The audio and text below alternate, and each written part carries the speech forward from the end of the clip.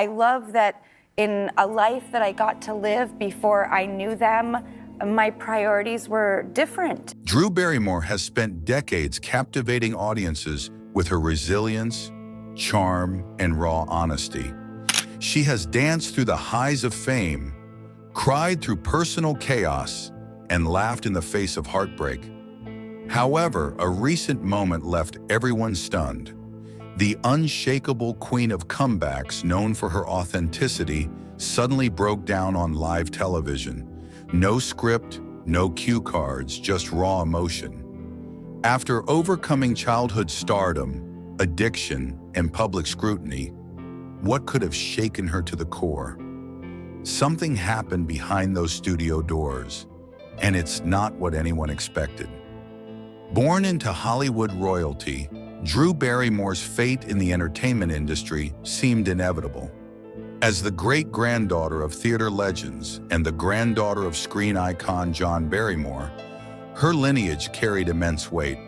Her father, John Drew Barrymore, battled addiction and was largely absent, while her mother, Jade, had her own ambitions, thrusting Drew into the spotlight before she could even speak. She landed her first acting role at just 11 months old in a dog food commercial, and by the age of 5, she was already starring in feature films. Her breakthrough came in 1982 with E.T. the Extraterrestrial, turning her into an overnight sensation. Unlike most children, Drew wasn't playing in schoolyards. She was navigating Hollywood's most elite circles. At 7, she became the youngest ever host of Saturday Night Live and was a regular on red carpets. Yet behind the glitz, her personal life was turbulent. Her parents' divorce at 9 left her with little stability, and she soon found herself immersed in the dark side of fame.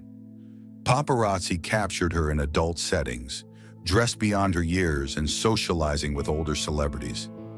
By 13, she was in rehab after struggling with substance abuse, a battle that nearly claimed her life.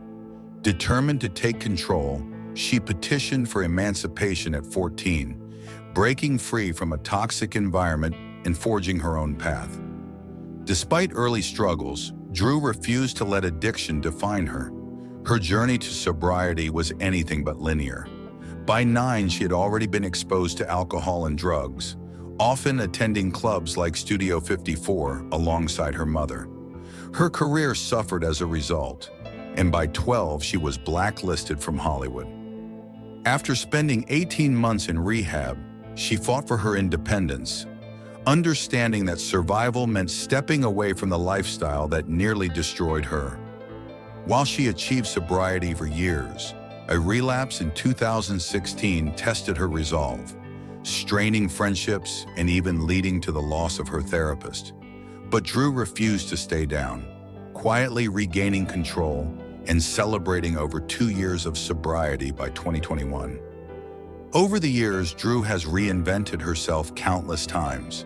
In the 1990s, she co-founded Flower Films, a production company that played a crucial role in her resurgence.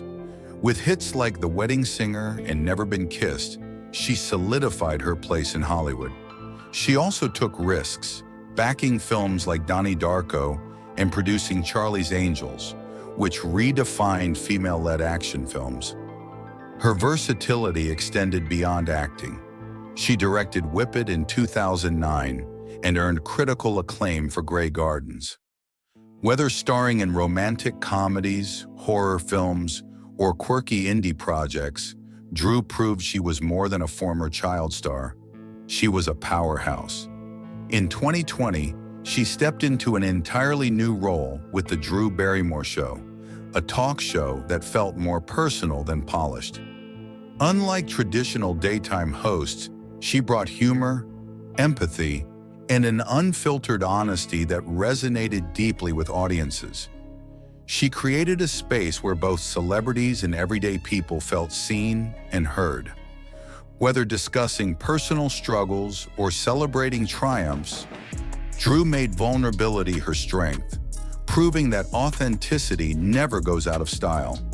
Through every chapter of her life, Drew Barrymore has shown that resilience is built, not inherited. Her journey, marked by struggle, reinvention, and self-forgiveness, has redefined what survival looks like.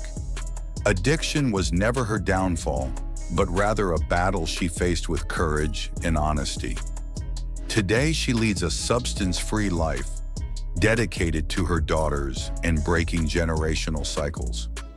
As her close friend Cameron Diaz once said, "You can't even comprehend how hard it was to be her as a child, and then she shot out the other end with the ability to save herself."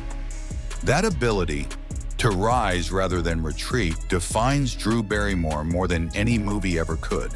Suddenly, Barrymore was no longer seen as a beacon of empathy, but as someone standing on the wrong side of a critical fight.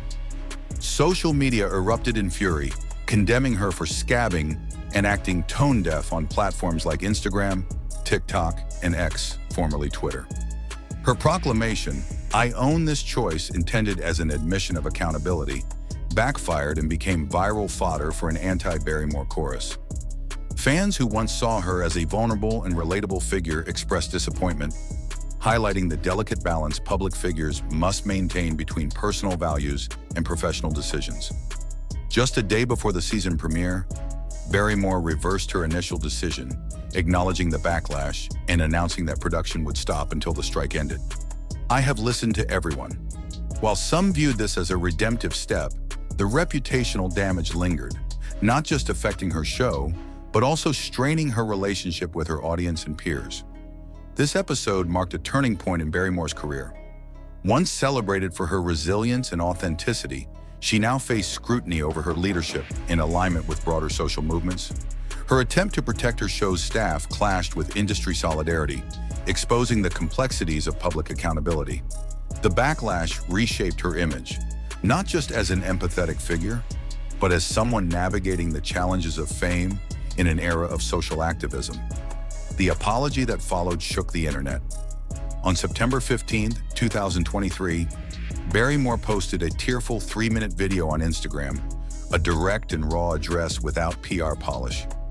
Sitting alone in what appeared to be her living room, with swollen eyes and a trembling voice, she began, "I believe there is nothing I can do or say in this moment to make it okay." She insisted she was not hiding behind public relations strategies, taking full responsibility for her actions.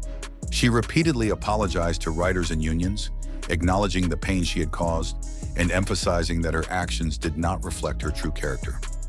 Despite her sincerity, the video polarized viewers. Some saw a woman torn between loyalty to her team and solidarity with the industry, while others dismissed the apology as performative, arguing that she still had the power to halt production.